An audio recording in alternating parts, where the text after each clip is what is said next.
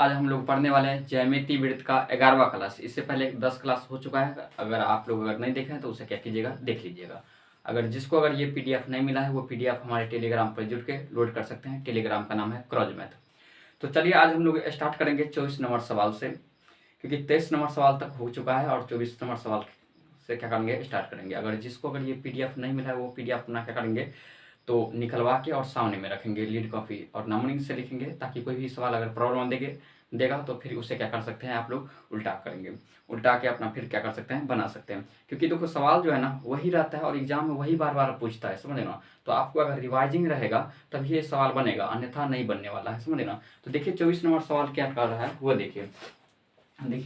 24 number सवाल ये है कि एक समबाहु त्रिभुज और उसके परिवृत्त के क्षेत्रफल का अनुपात क्या होगा। माने एक समबाहु त्रिभुज का क्षेत्रफल होना चाहिए और एक उसके परिवृत्त का क्षेत्रफल होना चाहिए, तो उसका अनुपात क्या होगा। तो सबसे पहले ये देखो सवाल क्या कह रहा है, उसको पहले हम गौर से समझेंगे। एक माने समबाहु त्रिभुज है, तो समबाहु त्रिभुज के सभी भुजा क्या होता है, बराबर होता है। तो ये देखिए एक समबाहु त्रिभुज है, एक समबाहु त्रिभुज है। ये देखिए इसके सभी भुजा मान लेता हूं, ये ए सेंटीमीटर है और ये भी ए सेंटीमीटर है और ये भी क्या है, ए सेंटीमीटर है। ये समझ लिए, ये समबाहु त्रिभुज हो गया। तीनों भुजा समबाहु त्रिभुज का क्या होता है, बराबर होता है और तीनों कोण कितना होता है, 60 डिग्री को होता है। और उसके एक परिवृत्त, परिवृत्त का मतलब क्या है, वृत्त क्या हो, ऊपर से हो, क्या हो, ऊपर से हो। तो इसका मतलब क्या है, ये परिवृत्त जो दिखा रहा है आपको, ये वाला परिवृत्त जो दिखा रहा है, इसका चाहिए हमको क्या चीज, क्षेत्रफल। अर्थात समबाहु त्रिभुज का क्षेत्रफल और परिवृत्त के क्षेत्रफल का क्या चाहिए, अनुपात चाहिए।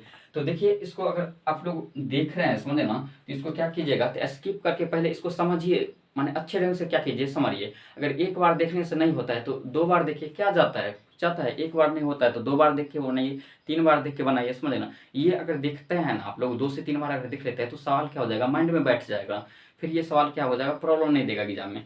तो आ जाइए देखिए इसको, तो ये तो हो गया परिवृत्त। अब देखिए यहाँ से अगर ये केंद्र है तो यहाँ से इसका क्या हो जाएगा, ये त्रिज्या क्या हो जाएगा, वृत्त का त्रिज्या हो जाएगा। और यहाँ से लेंगे तो ये क्या हो जाएगा, वृत्त का त्रिज्या हो जाएगा। और यहाँ से अगर जाते हैं तो ये क्या हो जाएगा, वृत्त का त्रिज्या होगा, क्या होगा, वृत्त का त्रिज्या।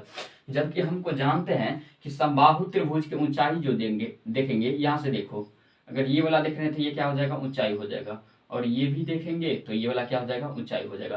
तो समबाहु त्रिभुज का जो ऊंचाई होता है वो देखिए, समबाहु क्या बोलेंगे, समबाहु त्रिभुज का ऊंचाई, त्रिभुज का ऊंचाई, ऊंचाई जो होता है वो क्या होता है, √3/2 गुने क्या होता है, भुजा। तो भुजा हम क्या मान लिए हैं, ए, तो यहाँ क्या लिखेंगे, ए। मगर ये पूरे का हो जाता है यहाँ से यहाँ तक, अर्थात यहाँ से यहाँ तक ये पूरे क्या हो जाता है, ऊंचाई हो जाता है कितना, √3/2 गुने क्या, ए। मगर हमको लेना है कितना दूर का, सिर्फ वृत्त का भुजा।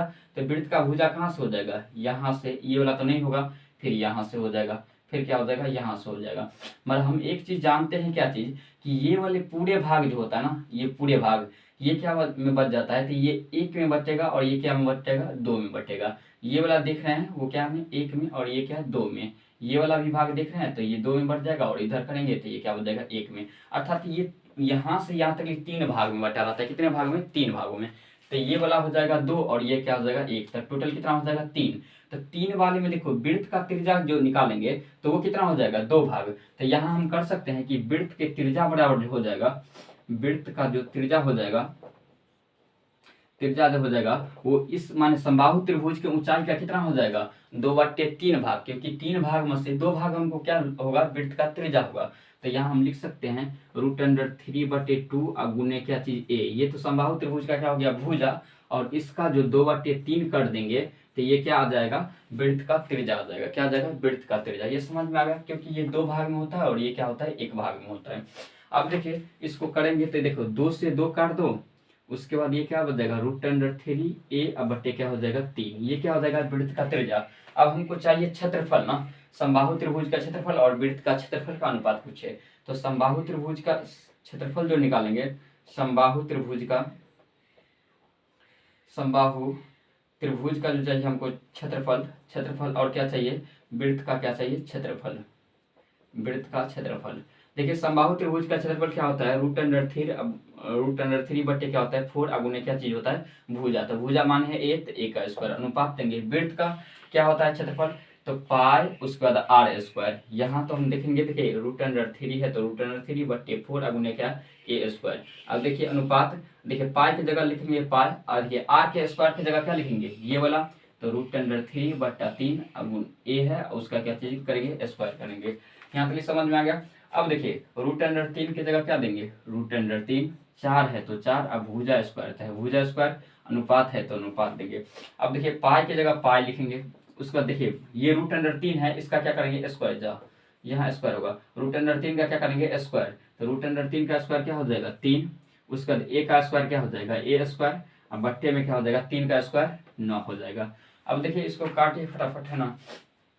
देखिए इसको जो काटेंगे तो ए स्क्वायर से ए स्क्वायर कट जाएगा, उसके बाद 3 तिया क्या आ जाएगा 9 आ जाएगा, और ये 3 क्या आ जाएगा इधर से गुना होगा, और 4 क्या चल जाएगा उधर जाएगा, तो इधर हो जाएगा 3√3 अनुपात, 4 उधर जाएगा तो 4 पाई हो जाएगा, क्या हो जाएगा 4 पाई।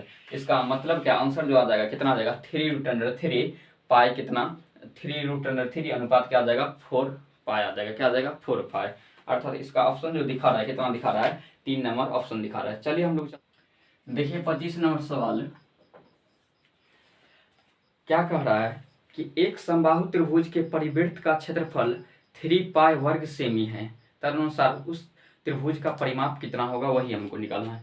तो देखो एक समबाहु त्रिभुज है, उसके परिवृत्त का क्षेत्रफल कितना है, पढ़े थे जस्ट ये वाला सवाल कि एक क्या है ये त्रिभुज, ये वृत्त हो गया, इस वृत्त के अंदर एक त्रिभुज बना देंगे, कौन सा त्रिभुज हो जाएगा समबाहु त्रिभुज हो जाएगा। तो समबाहु त्रिभुज में क्या होता है सभी भुजा बराबर है, ए सेंटीमीटर है ए सेंटीमीटर है ए सेंटीमीटर है, ये केंद्र मार लेंगे। तो यहाँ से बताइए तो अगर हमको वृत्त का क्या चाहिए त्रिज्या चाहिए, तो इससे पहले जो हम पढ़े थे 24 नंबर सवाल में कि वृत्त के त्रिज्या बराबर, वृत्त के जो त्रिज्या हो जाएगा वो त्रिज्या हो जाएगा वो क्या हो जाएगा, तो √3/2 गुने क्या हो जाएगा ए, ये भुजा हो जाएगा।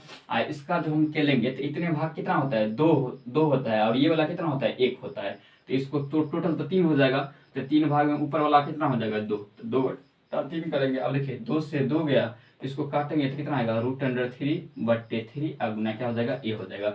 ये क्या आ गया वृत्त का त्रिज्या, क्या आ जाएगा वृत्त का त्रिज्या, जबकि हमको यहाँ वृत्त का क्षेत्रफल दे दिया है कितना 3 पाई दे दिया है, तो वृत्त का क्षेत्रफल निकाल देंगे।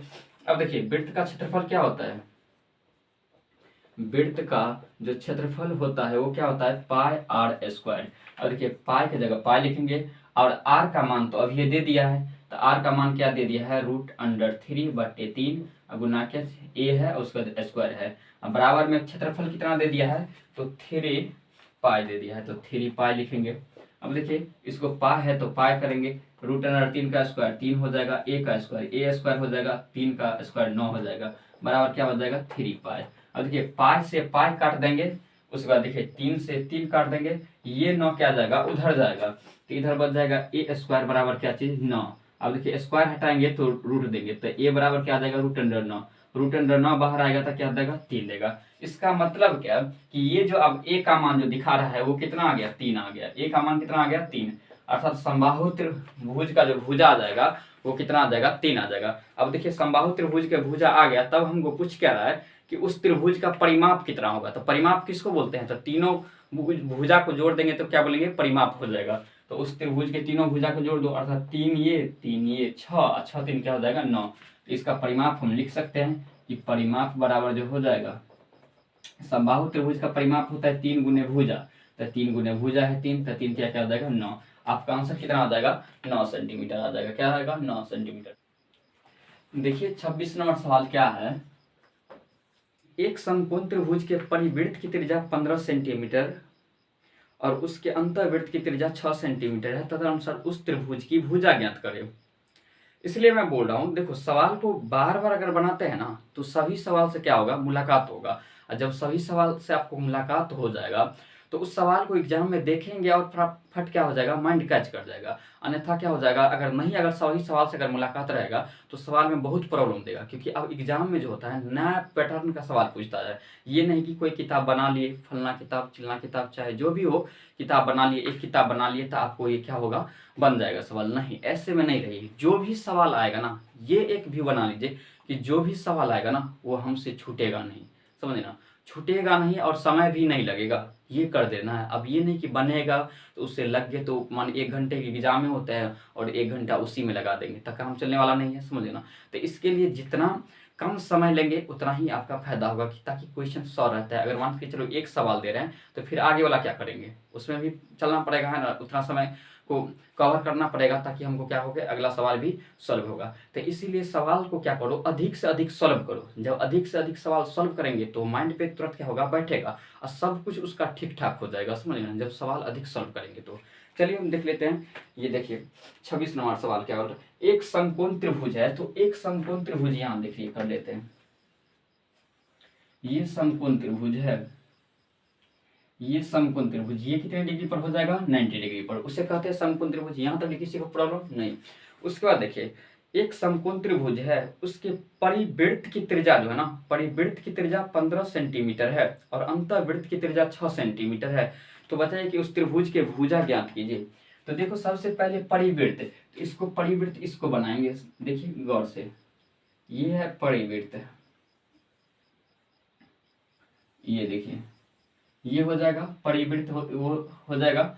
उसका अंतर्वृत्त, तो अंतर्वृत्त ये करेंगे, अंतर्वृत्त, अंतर्वृत्त ये चलेंगे। ये देखिए समझना, ये सेंटर है ये और ई है ये। तो हम एक चीज जानते हैं कि जब समकोण त्रिभुज रहे और परिवृत्त रहे तो समकोण त्रिभुज, ये नोट कीजिएगा फटाफट, समझ लेना, काफी फेमस है, कई बार पूछ चुका है कि समकोण त्रिभुज में, कौन से त्रिभुज में, समकोण त्रिभुज में ये सिर्फ काम करेगा।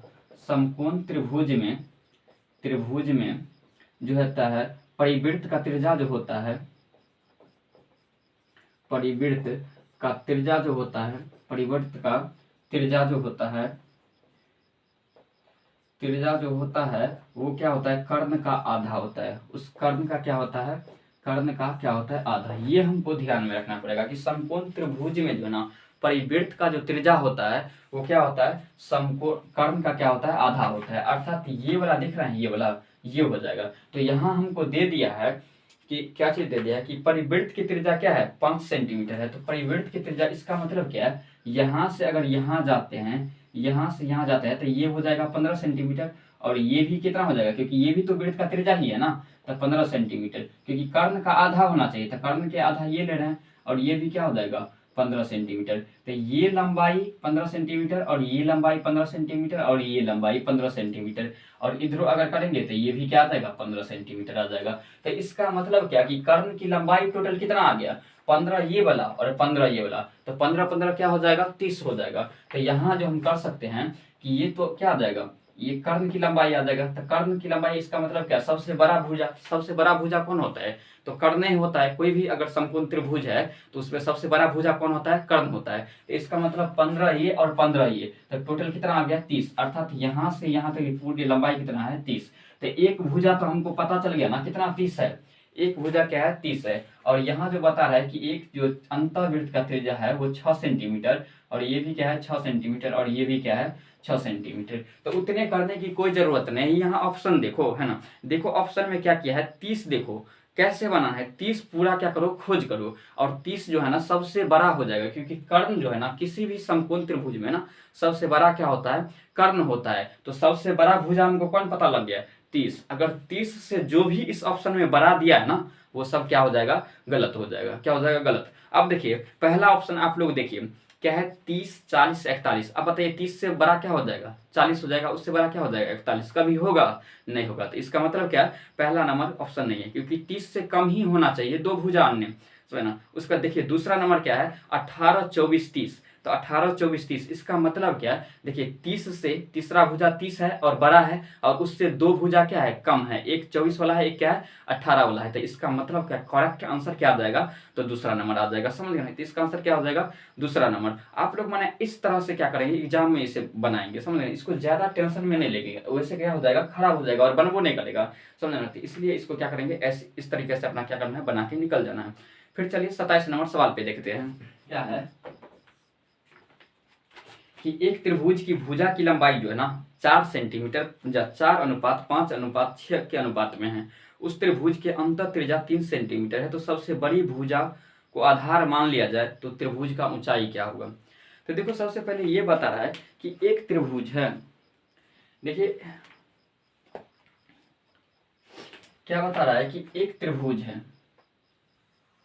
ये देखिए एक त्रिभुज दिया हुआ है, उस त्रिभुज के जो है ना भुजा का अनुपात जो दे दिया है वो 4 अनुपात उसके तो 5 अनुपात और क्या है 6। इसको बताओ तो इसको साइड करेंगे तो x मान लो क्या, इसमें कोई प्रॉब्लम नहीं। जब अनुपात से अगर हटाएंगे किसी को तो समान वेरिएबल लगाना पड़ेगा, समझे ना। तो इसको हम साइड कर लेता हूँ, तो इसको साइड करूंगा तो क्या लिखेंगे 4x, इसको क्या लिखेंगे 5x और इसको क्या लिखेंगे 6x। इसका मतलब क्या है, इसको मान लेते हैं 4x हो जाएगा, ये मान लेते हैं 5x हो जाएगा, ये क्या हो जाएगा 6x हो जाएगा। यहाँ तक किसी को प्रॉब्लम, तीन भुजा पता लग गया। और अंतःवृत्त की त्रिज्या जो है ना 3 सेंटीमीटर दिया है, तो अंतःवृत्त की त्रिज्या क्या जाता है प्रॉब्लम, ये देखो अंतःवृत्त की त्रिज्या, अंतःवृत्त की त्रिज्या जो है ना अर्थात ये वाला और ये जो त्रिज्या जो दिखा रहा है आपको वो कितना दे दिया है 3 सेंटीमीटर, ये वाला त्रिज्या और ये वाला और ये कितना है 3 सेंटीमीटर 3 सेंटीमीटर 3 सेंटीमीटर।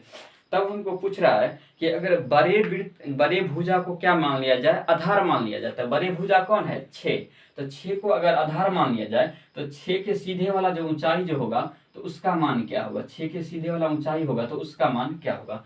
तो सबसे पहले क्या करो कि इसमें देखो कि एक त्रिभुज कितने बन रहा है, एक ये वाला बन रहा है, एक ऐसे देखेंगे तो ये त्रिभुज, एक ऐसे देखेंगे फिर इधर लेंगे तो ये त्रिभुज, माने एक पार्ट ये वाला हो जाएगा, एक पार्ट ये वाला हो जाएगा और एक वाला ये हो जाएगा, अर्थात एगो ये एक ये और एक क्या हो जाएगा ये। कितना त्रिभुज बन रहा है तो 3 त्रिभुज। तो तीनों त्रिभुज को अगर जोड़ के एक बड़ा त्रिभुज बन जाता है तो तीनों त्रिभुज को क्षेत्रफल निकाल लो और जोड़ दो, और उसके बाद क्या करेंगे बड़े त्रिभुज का क्षेत्रफल निकाल देंगे तो हो जाएगा आराम से। तो देखो यहाँ कैसे करते हैं, तो तीनों पहले हम ये वाला देखते हैं, ये वाला के देखो इसका जो क्षेत्रफल निकालेंगे वो देखिए, इसका क्षेत्रफल निकालेंगे तो क्या हो जाएगा, आधार कितना है, तो त्रिभुज का क्षेत्रफल क्या होता है 1/2 और आधार कितना है 4x और ऊंचाई तो हमको दिखा रहा है ना कितना 3, तो यहाँ क्या देंगे 3, आप प्लस करेंगे। अब देखिए इस त्रिभुज के चलिए, तो इस त्रिभुज का आधार क्या है 1/2 लेंगे, क्योंकि क्षेत्रफल क्या होता है 1/2 और आधार क्या हो जाएगा 5x और ऊंचाई क्या हो जाएगा ये 3, तो यहाँ 3 देंगे। फिर अब तीसरा त्रिभुज को जोड़िए, ये वाले के जोड़िए, तो आधार इसका क्या हो जाएगा 6x 1/2 क्या लेंगे 1/2 और आधार क्या आ जाएगा 6x और ऊंचाई क्या है 3 है, तो यहाँ क्या लेंगे 3 लेंगे। अब तो ये पूरे त्रिभुज का क्षेत्रफल आ गया ना। अब देखिए 1/2 सब में दिखा रहा है, 1/2 क्या ले लो कॉमन ले लो, तो देखिए ये क्या आ जाएगा 4 3 3 सब में दिखा रहा है, तो 3 भी क्या ले लो कॉमन ले लो। उसका देखो 4 5 9 और 9 6 क्या हो जाएगा 15, तो यहाँ क्या हो जाएगा 15x, इतना क्या आ गया इस त्रिभुज का क्षेत्रफल आ गया। अब देखिए इसको हम क्या करेंगे, तो अब हमको ये बोल रहा है कि ये बड़े वाला भुजा जो है ना उसको आधार मान लो और ऊंचाई से क्या करो ऊंचाई निकालना है हमको। बड़े वाला त्रिभुज को अगर आधार मान लेते हैं भुजा को और तब क्या करो उसको ऊंचाई निकालो, तो यहाँ से देखिए इसका बड़े वाला क्या हो जाएगा 6x, तो बड़े वाला के अगर त्रिभुज के अनुसार से चलते हैं तो क्षेत्रफल क्या होता है 1/2 और आधार कितना है 6x, तो 6x और ऊंचाई तो हमको नहीं ना मालूम है, ये वाला पूरा नहीं मालूम है, तो इसको मान लेंगे क्या h, अब बराबर में लिखेंगे ये अभी जो सभी त्रिभुज का जो क्षेत्रफल आया था 1/2 अगुने 3 अगुने क्या चीज 15x। अब देखिए यहाँ से x से x गया, 1/2 से 1/2 गया, उसका देखिए 3 दूनी क्या आ जाएगा 6, तो इधर क्या बच जाएगा, इधर बच जाएगा 2h और उधर हो जाएगा 15, तो h बराबर क्या आ जाएगा 15/2 और इसको काटेंगे तो h बराबर क्या आ जाएगा 7.5। 15 में 2 से भाग देंगे तो कितना आ जाएगा 7.5, अर्थात आपका आंसर जो आ जाएगा 27 का वो पहला नंबर आ जाएगा। कौन नंबर आ जाएगा पहला नंबर, समझ ना। तो सवाल को इसी तरीके से क्या करना है सॉल्व करना है, समझ ना, ताकि माइंड को जो है ना पूरे फ्रेश करके रखना है एग्जाम में। अगर एग्जाम में अगर माइंड फ्रेश नहीं रहेगा विचलित रहेगा तो कोई भी कैलकुलेशन जो है ना मिस्टेक भी हो सकता है और मिस्टेक होने की संभावना ज़्यादातर